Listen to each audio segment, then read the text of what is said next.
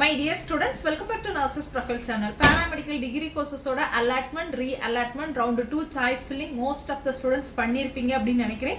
இன்னும் பண்ணாதவங்க maximum choices கொடுங்க. எவ்வளவுக்கு எவ்வளவு choices கொடுக்கறீங்களோ அவ்வளவுக்கு அவ்வளவு சீட் அலாட் ஆகிறதுக்கான வாய்ப்புகள் இருக்குது.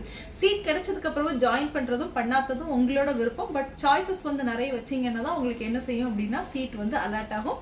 and நமக்கான ரிசல்ட் பாத்தீங்கன்னா 15ஆம் தேதி வந்து ரிலீஸ் பண்றாங்க.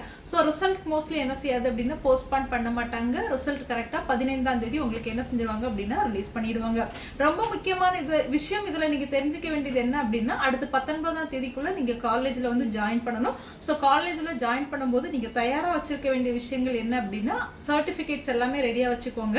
அதாவது அப்ளிகேஷன் சப்மிட் பண்ணும்போது நம்ம என்னென்ன சர்டிபிகேட்ஸ்லாம் அப்லோட் பண்ணி கொடுத்தோமோ அதோட ஒரிஜினல்ஸ் எல்லாமே வச்சுக்கோங்க. முதல் பட்டதாரிகளா இருந்தீங்கன்னா அதுக்கான சர்டிபிகேட்ஸ் வச்சுக்கோங்க. ஒரு பிசிக்கல் ஃபிட்னஸ் சர்டிபிகேட் கவர்மெண்ட் டாக்டர்ட்ட நீங்க வாங்க வேண்டியது இருக்கும். அதுவுமே வச்சுக்கோங்க. அண்ட் அது மட்டும் இல்லாம நீங்க வந்து ஹெப்பாடைட்டிஸ் வேக்சின் போட்டிருக்கீங்க அப்படின்னா அதுக்கான சர்டிபிகேட்ஸ் வச்சுக்கோங்க. அப்படி இல்லைன்னா நீங்க வந்து உங்களோட ஹாஸ்பிட்டல்ல இல்ல உங்களோட காலேஜ்லயே கூட அரேஞ்ச் பண்ணி என்ன செய்வாங்க அப்படின்னா வேக்சின் போடுவாங்க. ரொம்ப ரொம்ப முக்கியமான விஷயம் என்ன அப்படின்னு பாத்தீங்கன்னா ஃபீஸ் தான். ஃபீஸ் வந்து ரெடி பண்ணி வச்சுக்கோங்க. எந்த காலேஜ்லயுமே வந்து நீங்க நினைக்கிற மாதிரி 40,000 ரூபாய் 50,000 ரூபாய் ஃபீஸ் இருக்காது. எல்லா காலேஜ்லயுமே பாத்தீங்கன்னா 1 லட்சத்துக்கு மேலதான் ஃபீஸ் இருக்கும். அது போக மெஸ் ஃபீஸ் ஹாஸ்டல் ஃபீஸ் என்ன செய்வாங்க அப்படின்னா கேட்பாங்க. சில காலேஜ்ல நீங்க தவணை முறையில கட்டுறதுக்கான ஆப்ஷன்ஸ் தருவாங்க. சில காலேஜ்ல வந்து ஃபர்ஸ்ட் பேமெண்ட்லயே மொத்தமா பே பண்ண சொல்லி கேட்பாங்க. சோ எல்லாருமே பேரண்ட்ஸ்க்கு சொல்லி குறைந்தது ஒரு 1 லட்சம் ரூபாயாவது என்ன செய்யுங்க அப்படின்னா தயார் நிலையில வைங்க. இன்னும் நிறைய ஸ்டூடெண்ட்ஸ்க்கு இருக்கக்கூடிய டவுட் வந்து எனக்கு வந்து ஒரு காலேஜ் கிடைச்சிட்டு நான் எப்படி அந்த காலேஜ்ல போய் ஜாயின் பண்ணணும் அப்படிங்கிற ஒரு டவுட் இருக்குது. உங்களுக்கு காலேஜ் கிடைச்ச உடனே கிடைச்ச காலேஜுக்கு ஃபோன் பண்ணுங்க.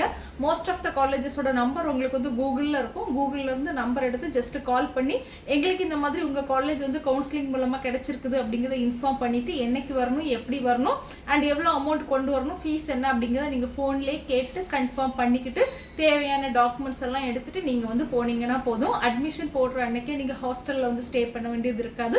ஃபர்ஸ்ட் நீங்க போய் அட்மிஷன் போட்டுட்டு உங்களோட சீட்டை கன்ஃபார்ம் பண்ணிக்கிட்டு வரணும். அடுத்து அவங்க வந்து உங்களுக்கு இன்டிமேஷன் கொடுப்பாங்க என்னைக்கு காலேஜ் ஓபன் பண்றாங்க அப்படிங்கிற தகவல் உங்களுக்கு வந்து கொடுப்பாங்க. அப்போ நீங்க உங்களோட ஹாஸ்டல் திங்ஸ் எல்லாம் எடுத்துட்டு போய் காலேஜ்ல வந்து ஜாயின் பண்ற மாதிரி இருக்கும். ஸோ மை டியர் ஸ்டூடெண்ட்ஸ், நல்லபடியா சாய்ஸ் ஃபில் பண்ணுங்க. All the best. பண்ணவங்க எல்லாருமே வந்து உங்களோட சாய்ஸஸ் நிறைய வச்சிருப்பீங்க அப்படின்னு நினைக்கிறேன். ஸோ ரிசல்ட் 15ஆம் தேதி ரிசல்ட் ரிலீஸ் ஆனோன்னா கண்டிப்பா உங்க எல்லாருக்குமே வந்து காலேஜஸ் கிடைக்கும். அப்படி காலேஜஸ் கிடைக்கலன்னா கூட வருத்தப்படாதீங்க. அடுத்து நமக்கு மாப்அப் கவுன்சிலிங் இருக்குது. ஸோ மாப்அப் கவுன்சிலிங் மோஸ்ட்லி நமக்கு அக்டோபர் ஃபர்ஸ்ட் வீக்ல நமக்கு நடக்கும். அது கூட பிஃபார்ம் கவுன்சிலிங்கும் சேர்ந்து நடக்கிறதுக்கான வாய்ப்புகள் இருக்குது. தொடர்ந்து நம்மளோட சேனல் ஃபாலோ பண்ணுங்க. எந்த ஒரு அப்டேட்டா இருந்தாலும் நம்மளோட சேனல்ல இமீடியட்டா உங்களுக்கு வந்து அப்டேட் பண்ணுவோம். தேங்க்யூ.